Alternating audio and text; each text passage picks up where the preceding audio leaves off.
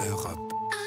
Europe 1. Vous allez voyager aussi, parce que vous partez à Windsor. En ma chère week-end, nous, amie. on serait triste de vous voir Est-ce partir. que vous avez votre tenue pour ce week-end qui s'annonce J'ai pas ma tenue. Je pense que j'aurais préféré partir au Portugal, mais je vous propose de partir en Angleterre, oui, forcément. Oui, avec une princesse et un prince quand même à la télé. Évidemment, parce que vous risquez l'écœurement si vous restez trop devant vos écrans ce week-end. Évidemment, on ne parlera que du mariage princier. Depuis quelques jours, ça a commencé à tourner, puisque les chaînes de la TNT diffusaient déjà des documentaires, des téléfilms sur l'union entre Meghan et Harry. Alors, aucune raison que cela change, évidemment, comme ce soir sur C8, avec une soirée spéciale qui débute comme ça. Il était une fois un prince et une actrice. Derrière cette romance idyllique, Harry le rebelle. Dès l'adolescence, Harry s'est fait remarquer par sa consommation de drogue et d'alcool. C'était un jeune homme encore traumatisé par la perte précoce de sa mère. Il a développé des troubles mentaux. Et une star hollywoodienne. Merci de votre fidélité. C'est un peu comme si elle ne rentrait dans aucune case. Elle devra mettre de l'eau dans son vin.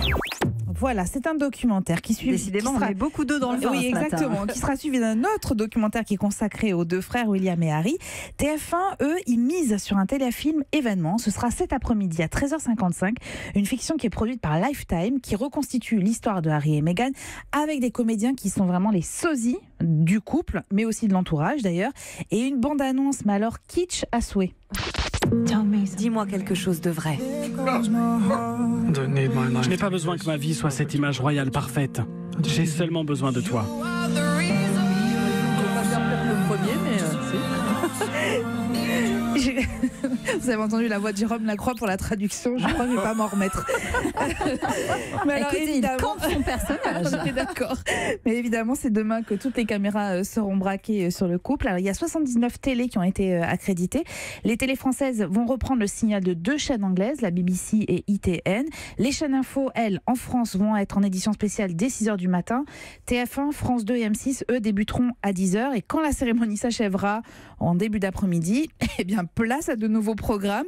Alors, Portrait People de Meghan sur TF1, pendant que France 2 préfère jouer la carte historique. Alors, avec notamment la rediffusion à 16h20 d'un très bon documentaire qui est consacré au couronnement de la reine, dans lequel Elisabeth II commente notamment ce moment si important avec l'arrivée du carrosse qui pèse 4 tonnes. Alors, attention, le doublage de la voix d'Elisabeth est absolument atroce.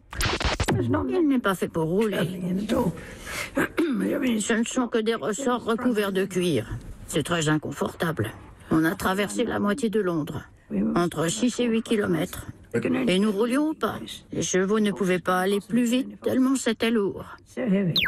Cela dit, c'est assez proche. Hein. Oui, c'est vrai. Mais moi, j'ai vraiment eu du mal à m'y faire. C'est un doublage fait par la production française, pas par la production Europe 1. C'est pas Jérôme Lacroix qu'on vient d'entendre. C'est pas Jérôme Lacroix, non. Alors, dernière petite info qui m'a amusée, c'est que la chaîne Sky News va utiliser un système de reconnaissance faciale pendant la cérémonie pour aider les téléspectateurs à reconnaître les invités, en espérant que ça fonctionne bien et qu'il n'y ait pas d'inversion entre deux invités.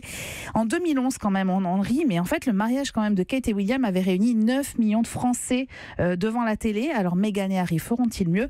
Réponse lundi matin quand on se retrouve, si je reste pas à Londres avec Meghan et Harry. Europe. Europe 1.